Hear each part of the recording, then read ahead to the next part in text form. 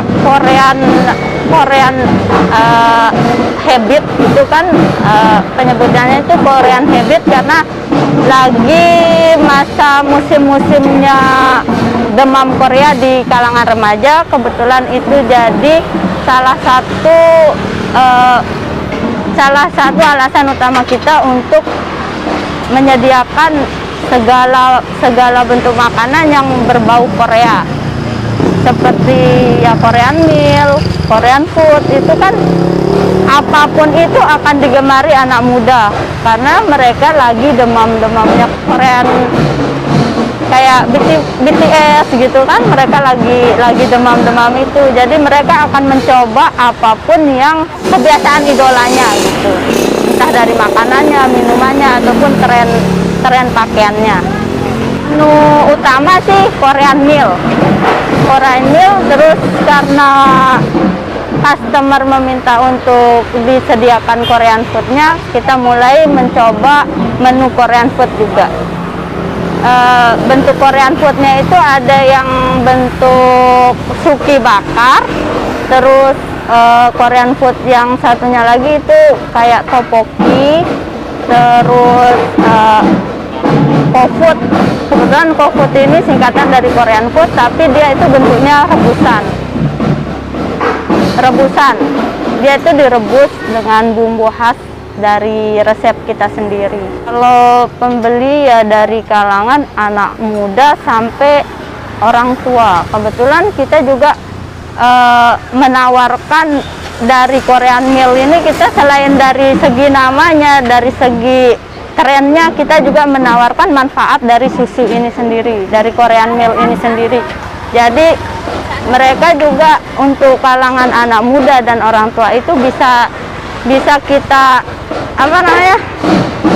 bisa kita gapai dari dua generasi ini. Di generasi anak mudanya itu mengambil trennya, di generasi orang tua itu mereka ambil manfaat dari minuman itu sendiri. Di Korean meal ini selain komposisinya dari susu segar, juga kita menawarkan manfaat dari buah itu sendiri.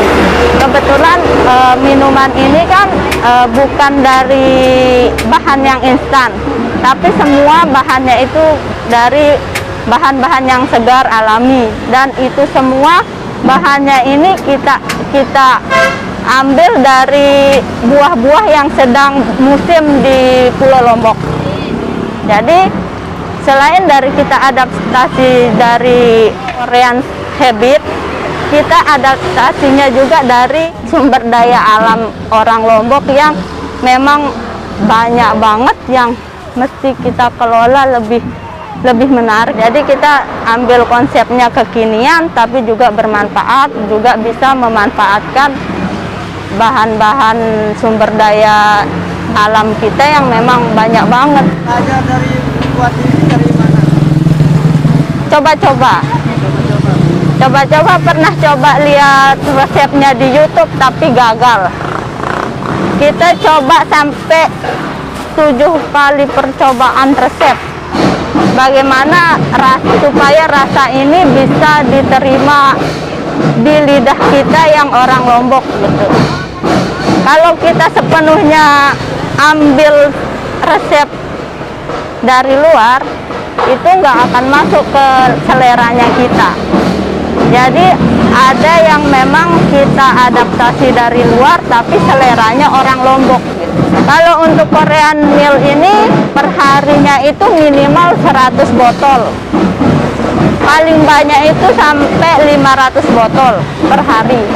Kalau yang ini juga bisa sampai minimal 50 porsi per hari sampai 100 porsi per hari. Omset minimal 1 juta.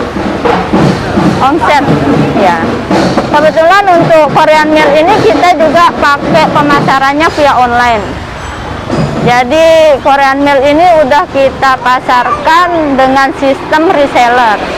Jadi bisa dapetin omset sebanyak itu karena banyak reseller yang ikut bergabung menjual produk ini.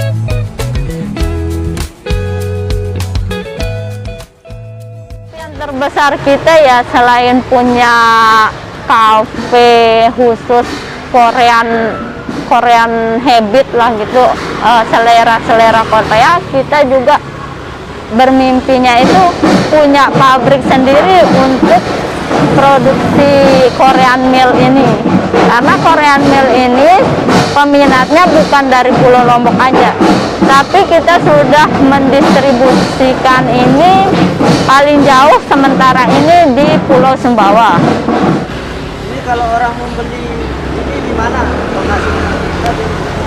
Kalau untuk toko offline-nya kita selain di sini, kita di Tanjung Teros, di lapangan Tanjung. Jalan menuju SMP, toko pertama warna pink. Nah, untuk online-nya kita punya Facebook. Biasanya kita lebih banyak penjualan melalui Facebook. Nama Facebooknya Komiku ID atau Nur Fadila kalau untuk Facebook saya.